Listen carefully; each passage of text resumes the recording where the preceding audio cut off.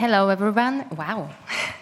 My name is Eliška Pirková. I work as a Global Freedom of Expression Lead and Senior Policy Analyst at Access Now. And we are very happy, together with my colleague Christoph Schmon and other speakers, Christoph from Electronic Frontier Foundation, to welcome you at today's session, where we will look into impact of European Union and their legislative files around the world, so-called Brussels effect, and we will touch upon that in a minute, how they shape different regulatory responses around the world for better or worse.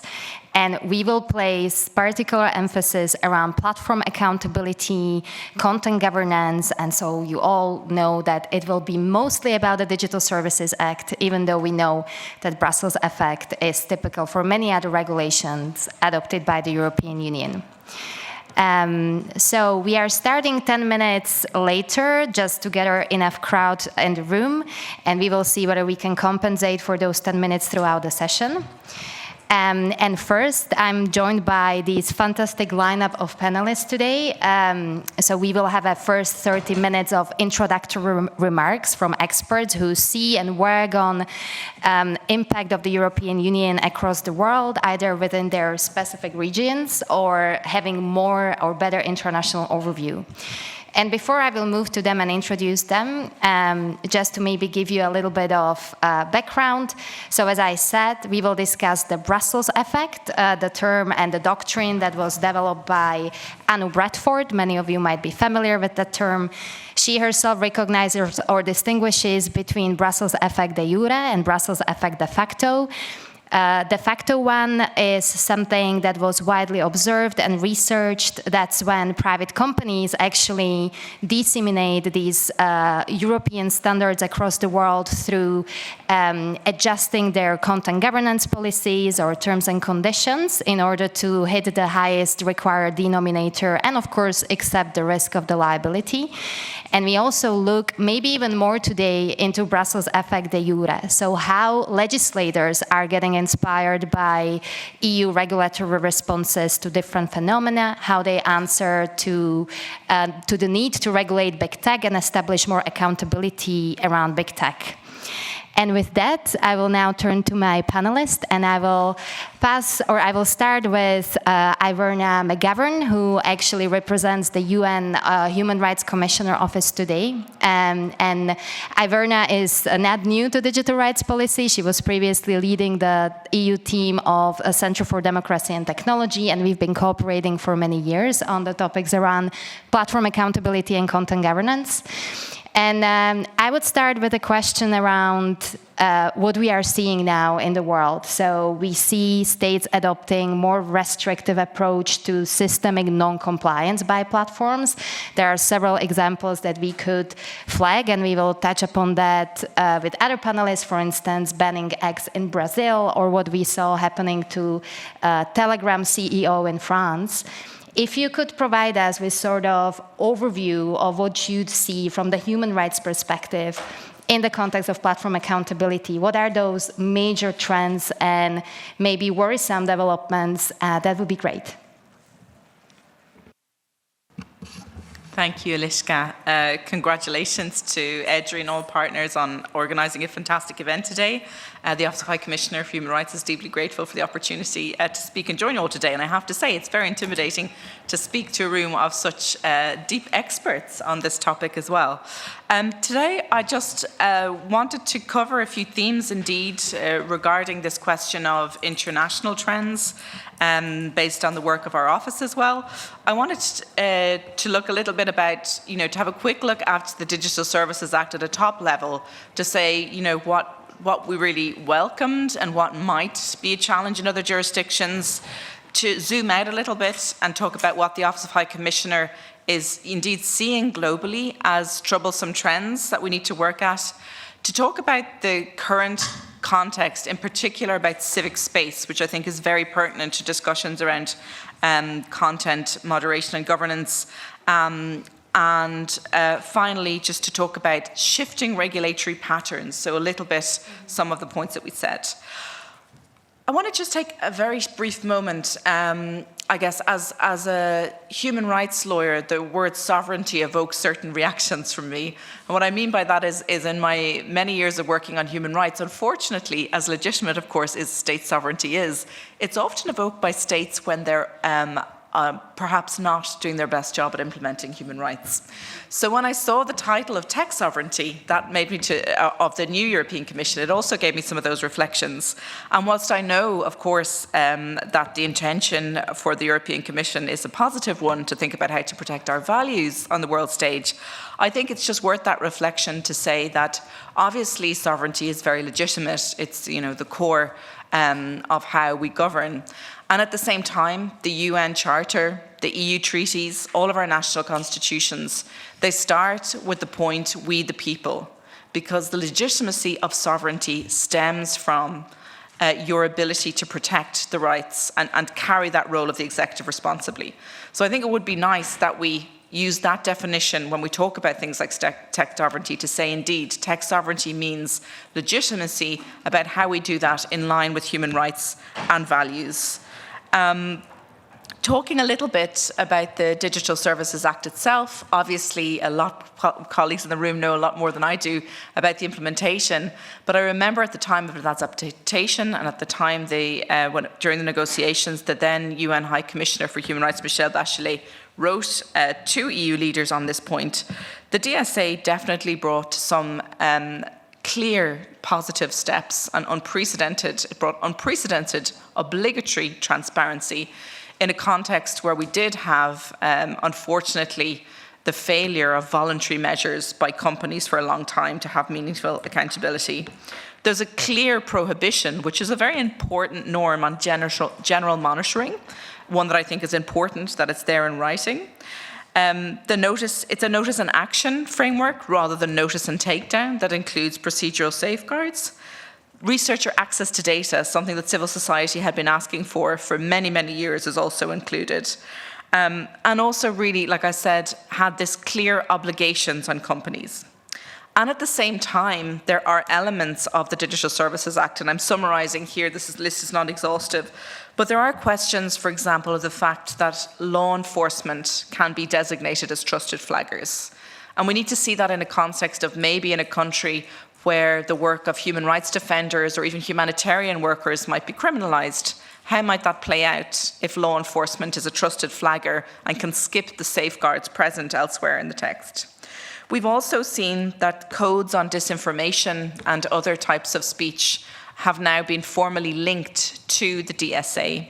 And I'll just remind that our colleague, the independent expert, the UN Special Rapporteur on Freedom of Expression, has issued a word of caution regarding codes of disinformation for the simple reason that we do need those safeguards. So to say if there are codes of disinformation or others, that means that there's companies and decision makers, be it government or the Commission, behind closed doors, making decisions about what comes up or down. We just need to make sure that the safeguards that are baked elsewhere in the DSA are often brought to bear with those codes of information, to echo some of the sentiments of the UN Special Rapporteur. Also, although great headway, thanks also to the great work of civil society, to the open collaboration with colleagues in the Commission, the Parliament and others, we did make sure that there was a lot of well-defined language in the DSA, and at the same time there are places where ambiguous definitions can open the door for trouble. I'm thinking in particular some of the questions that have come up around definitions on due diligence obligations where we might need more work to better define it. I also wanted, perhaps now looking globally about what some of the global effects will be, to say that even within Europe, we have to be clear. Not all governments are good, and even good governments can do bad things. That's why we have the rule of law. That's why we can't presume that it's okay to allow something to happen without safeguards, especially something as crucial to our democracy as the ability to communicate and dissent online.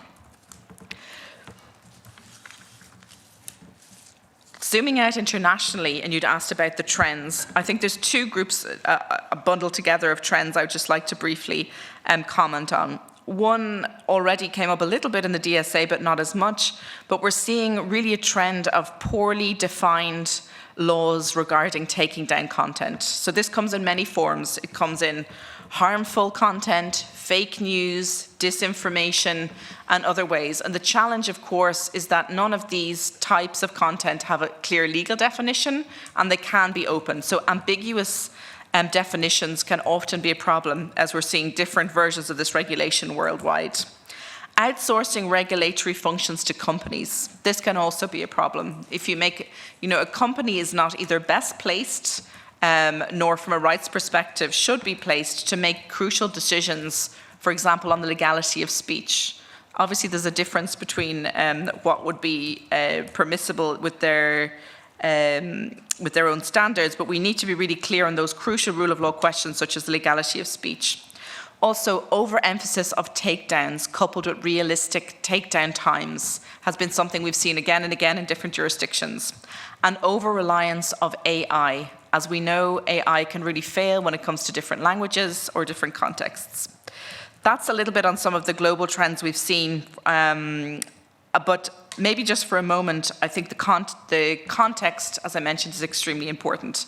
We have a context of shrinking civic space in many, many places around the world. This means that the work of human rights defenders is being criminalized, and so the very aspects in which they work, so the fact that even maybe the law on paper doesn't look so bad, we have to always be very mindful of the context within we're working in. And then the very final point is what I would call shifting regulatory patterns. We're no longer seeing the clean trend of we'll have one law for platform regulation, another for AI. We're increasingly seeing patterns shifting. So laws that are initially perhaps labeled as a social media law actually have very serious inroads into criminal sanction, maybe talking about encryption or maybe even shutdowns and others. So we're seeing a shifting landscape where it's not so easy and therefore not even easy to define whether it might be a Brussels effect or somewhere else. I think one question perhaps for today as we consider this question, there's also the question we always need to ask is to regulate or not to regulate. There are elements that are better off not regulated, especially in certain contexts. It's very difficult if you have a state where there is not an independent judiciary, not an active civil society, not rule of law safeguards to ever touch upon how to regulate speech. And at the same time, we do need clear obligations in certain aspects of what our companies. And just to close on that, I think we just need to remind ourselves that especially in these troubling times for democracy and human rights, we actually need vibrant debate online. Tension is normal in democracy. Dissent and voices are normal as well. So we need to get that balance obviously correct and clear, but make sure that the very important voices, in particular civil society voices, are protected in our online civic spaces. Thank you. Thank you so much. I think there were so many interesting points that you raised, and I think all of us do agree with the importance of the rule of law for any regulatory context, and technology and regulating the tech is no exception to it. And especially in the area of content governance and freedom of expression, every, even well-intended measure can be abused. So it very much depends on how powerful, independent regulator and the state that complies with its constitution and the rule of law principles is. Which also brings me to our second speaker today, Snežana Bajčeta from Share Foundation, a proud and a strong member of EDRi as well. Snežana, you come from the country that has now the candidate status to the European Union, and these countries of course, face extra pressure from the European Union to comply with existing regulations, to adopt the standards that maybe often member states of the European Union do not comply with or not that well.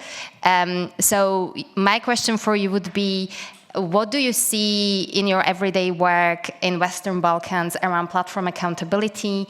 How you think the countries in Western Balkans can comply with these ongoing pressure, and where do you see the main difficulties or those contextual nuances and differences that Iverna mentioned as well when looking into Western Balkan version of the DSA, if such thing even can exist? Thank you, Eliška. For now, we do not have anything which is similar to DSA in Western Balkan countries. And as you said, I'm a researcher at Share Foundation, which is based in Belgrade. So perspective of Western Balkans is actually the point that we are looking at Brussels and the Brussels effect, which we are actually expecting now. In both terms, I mean, as de facto effect, and I think that in a certain period of time we will probably have some kind of reflection of that effect in Western Balkans as some kind of consequence of the spillover of the enforcement of new regulation. And on the other hand, as you said, yes, we will probably have new legislation, new pieces of legislation in all 6 countries in the Western Balkans. However, we have very complex or complicated legacies in terms of adopting new regulations because we have a very specific legacy in terms of normative, regulatory, institutional. I would highlight this aspect, as well as political. One which is very challenging in terms of adopting new laws and following European pathways. So I will just explain on one very simple example. Actually, Serbia is one of the countries which adopted personal data protection law, which actually was aligned with GDPR, and that was a great success at that moment. However, now, 6 years after the adoption of this law, we still do not have legal representative of Meta, for example, in our country, even though it is required by our national law. So, comparing to the European Union and that kind of response, we now are not aware, because we do not have any entity to address our concerns, about collecting personal data for AI training. So now we do not know if they still use our data of our citizens for their training models. So I would say that this is kind of example which actually illustrates the situation, because I would say that now digital rights of our citizens are stuck between these big tech interests and very powerful companies which are far away from our legislation and our authorities. And on the other hand, very, very poor institutions, our national institutions. And this is additional problem, because we expect that if we, for example, have new law which would be aligned with the DSA, we do not know how to implement it, how to enforce new rules in reality. Actually, we had also several problems in our legislation latest history. For example, our penalties and fines are very, very, I don't know, I don't think that any big tech company would feel any of these fines. On the other hand, we actually have and expect a huge problem regarding designating very large online platforms from our perspective, because we know that the whole institutional mechanism in the European Union includes European institutions, and we are still not part of the European Union, so we're not we don't have that kind of institutional model which would actually make them follow our national rules. And within these countries, we had several studies recently, and we see, but this is something which we already know, that all the institutions which would be involved in implementation of new rules are actually under-resourced, under-capacitated, and what would be the most challenging problem? They have significant challenges regarding their independence. I would say that most of them are politically captured in all Western Balkan countries. So these are some challenges that we are facing within our countries. And if you add authoritarian tendencies of our governments, you know that the result probably will not be what we are advocating for. So, but it's not that black and white situation here. There are some things which actually are promising. We have certain legal memory regarding legislation which would actually be a good foundation for new rules and new mechanisms in all Western Balkan countries. So I think that actually this is not, there is no one solution for these problems. I think that maybe we see now that we will probably have some kind of gradual integration of new rules, and probably one of the pathways which would be maybe useful for not only Serbia but all Western Balkan countries is some kind of integration into digital single market as some kind of pathway which maybe will provide us with that kind of institutional support from the European Union. And about our national institutional challenges that we have, one of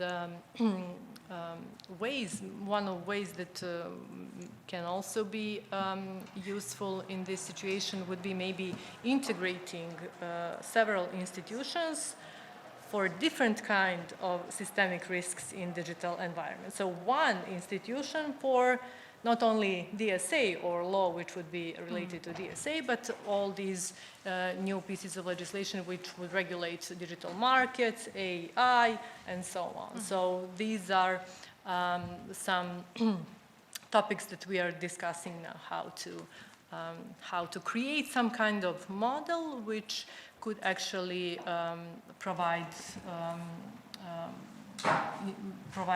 law which could be actually implemented in these countries. So, thank you.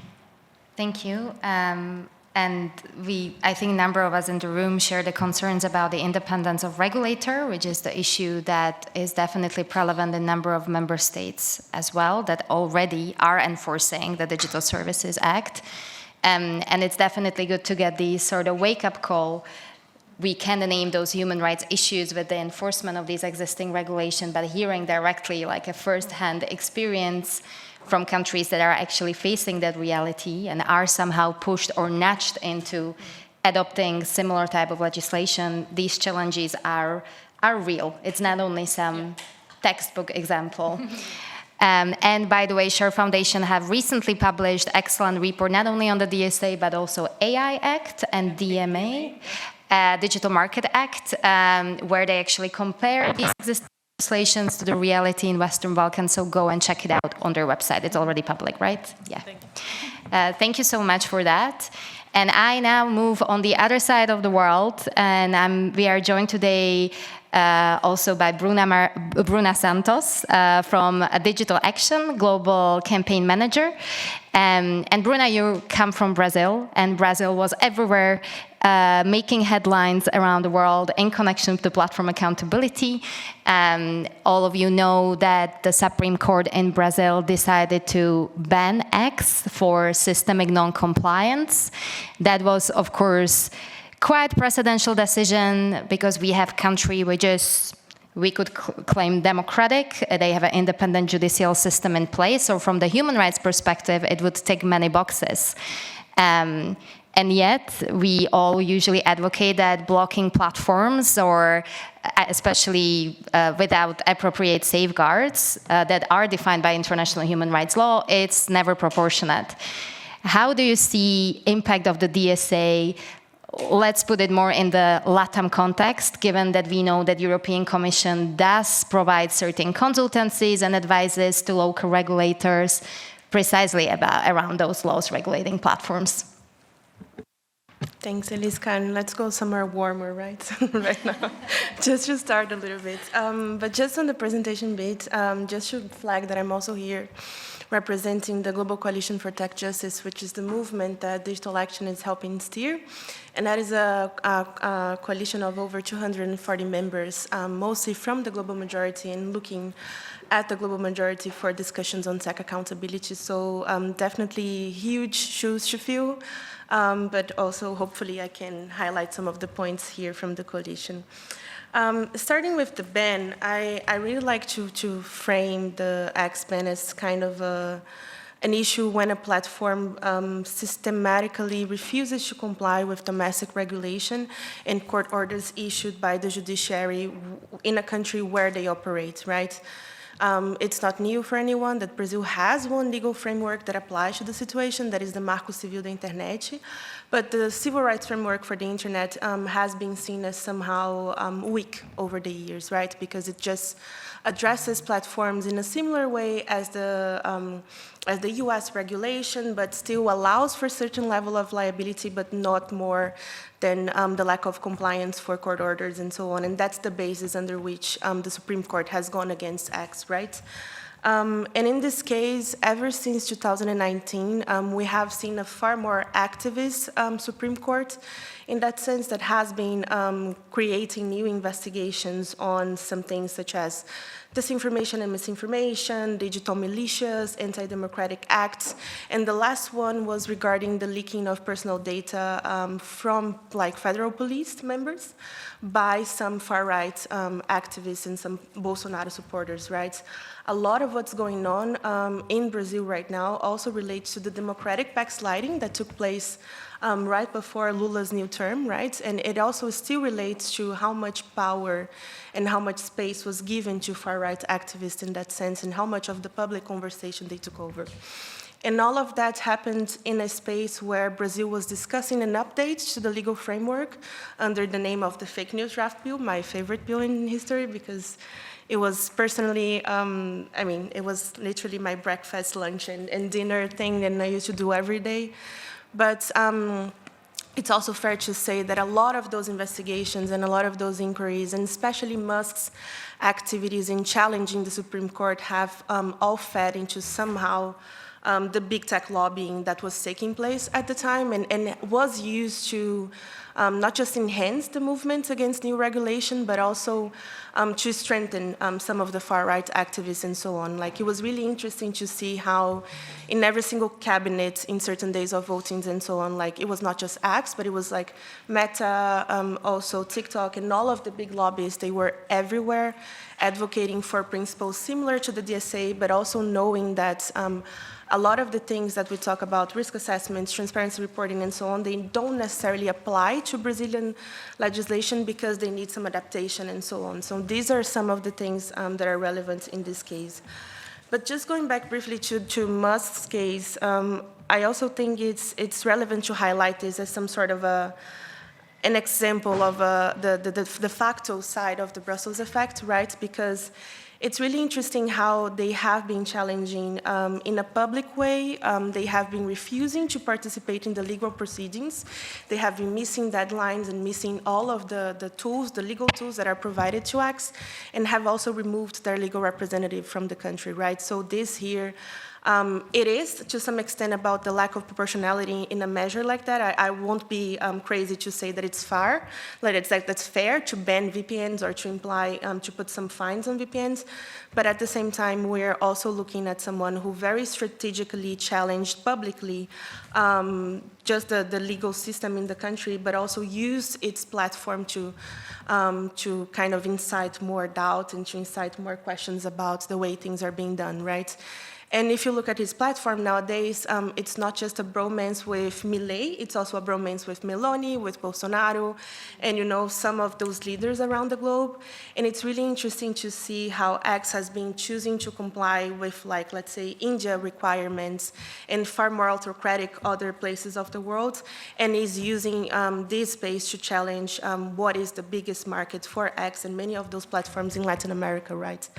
So I would say that this raises a couple of questions about the bigger scenario, but in general, I would say that for the case, it's also relevant to consider that it was used as a movement to strengthen the far right and parliamentarians in the far right and to strengthen big tech's lobby. That's the first point. Secondly, X was complying with many of those court orders, right? And at some point they chose to stop complying just to use this as a challenge for things they were already in agreement with, right? And it was in the media recently that the change was because at some point they decided that taking care of disinformation, misinformation, hate speech was no longer relevant, and they would only care about violence, whatever that means. And how do you qualify that is also really difficult. In terms of the Supreme Court, it's also relevant to consider this nuance. We're also talking about a Supreme Court that has been highly an activist one. Brazil is very strong on judicial activism, right? And right now, under this kind of lack of regulation on the aspect, we will have a case where the Supreme Court will have a decision that will probably legislate on this adaptation of the regulatory framework and so on.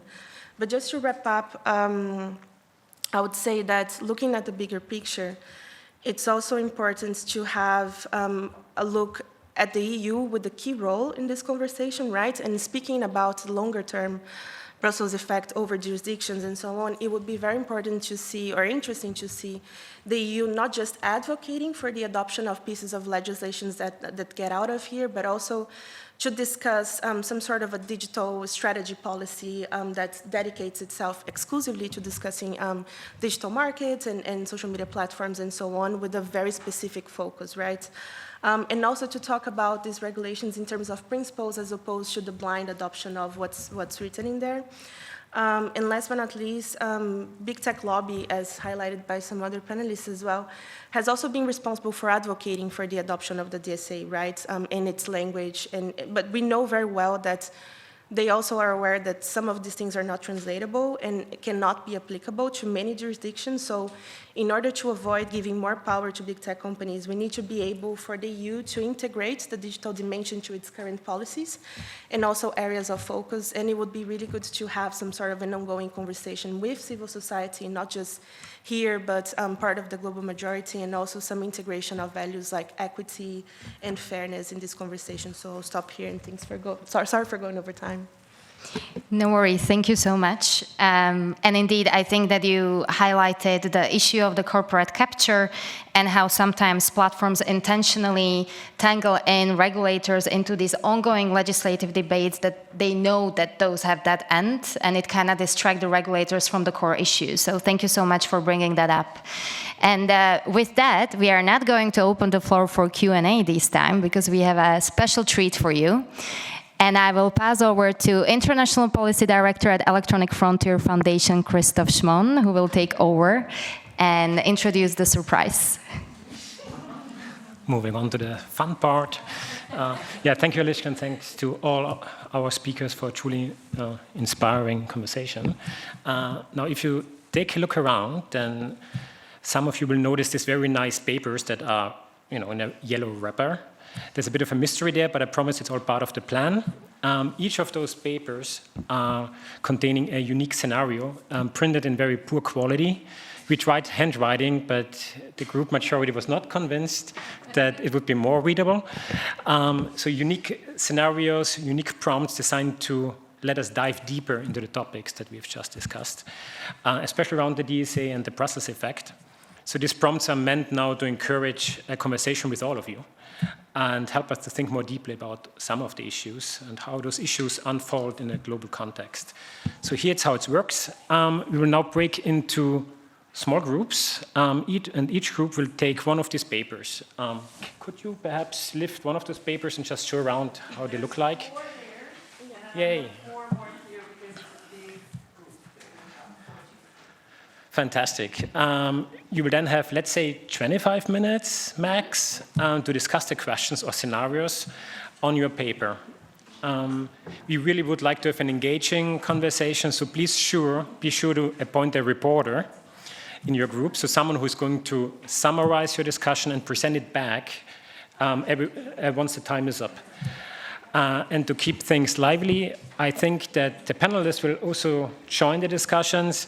They drop their thoughts and will answer any questions you may have. I've also added a scenario on my own, so I'm super excited to see how these conversations are going to unfold. And once the 25 minutes are up, we're going to reconvene, so please just form your groups however you feel comfortable.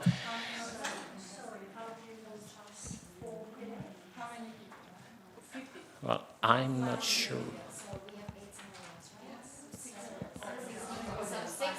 6 people per group, and it would be great if you can arrange yourself. Yeah. Also, one technology that has no regulatory response to this day is the printer. So the printer sort of failed. If it's not readable well, let us know. We will come closer and read it for you.